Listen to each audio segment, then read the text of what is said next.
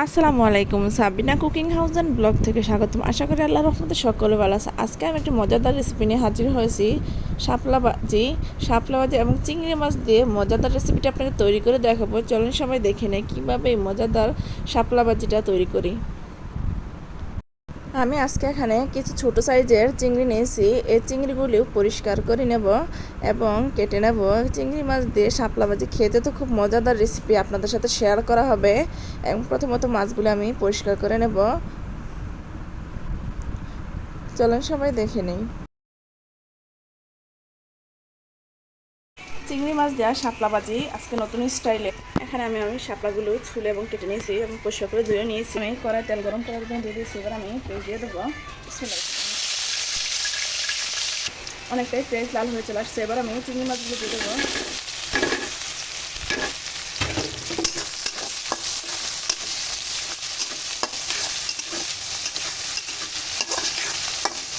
Current নাই, তার জন্য আমি একটু গ্যাসে রান্নাটা করতেছি। এবার আমি দিয়ে দেবো শাপলাগুলি, কেটে রাখি শাপলাগুলো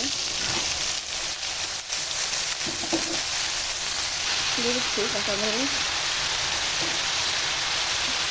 অল্প পরিমাণে আদা রসুন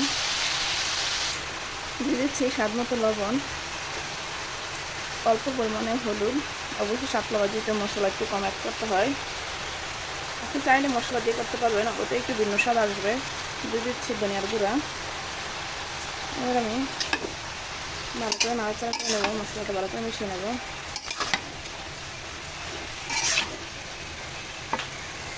এখন অনেকটাই কমে আসছে, শাপলা কিন্তু অনেক কমে আসে সিদ্ধ করলে। মানে প্রথমত যে অবস্থায় থাকে আসছে অনেক কমে আসে। চিংড়ি মাছ দিয়ে শাপলা ভাজি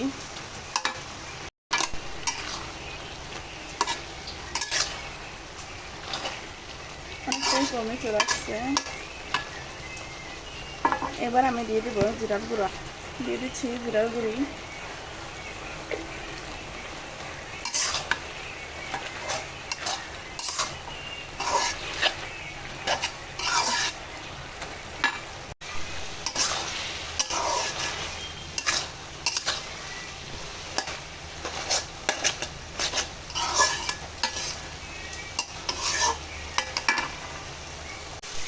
আলহামদুলিল্লাহ অনেকটা সুন্দরভাবে আমার শাপলা ভাজিটা হয়ে গেছে।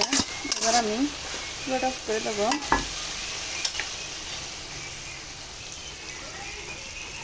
আলহামদুলিল্লাহ আমার শাপলা ভাজিটা অনেকটা সুন্দর এবং লোভনীয়, খেতেও খুব সুস্বাদু হয়ে গেছে। অবশ্যই আপনার যদি শাপলা ভাজিটা অবশ্যই রেসিপিটি ভালো লাগে তো অবশ্যই আমার চ্যানেলটির পাশে থাকবেন। আর সকালে এভাবে শাপলা ভাজি চিংড়ি মাছ দিয়ে করে খাবেন, অবশ্যই খেতে খুব সুস্বাদু। সকলের জন্য দোয়া রইল। ফি আমিনিল্লাহ। আল্লাহ হাফেজ।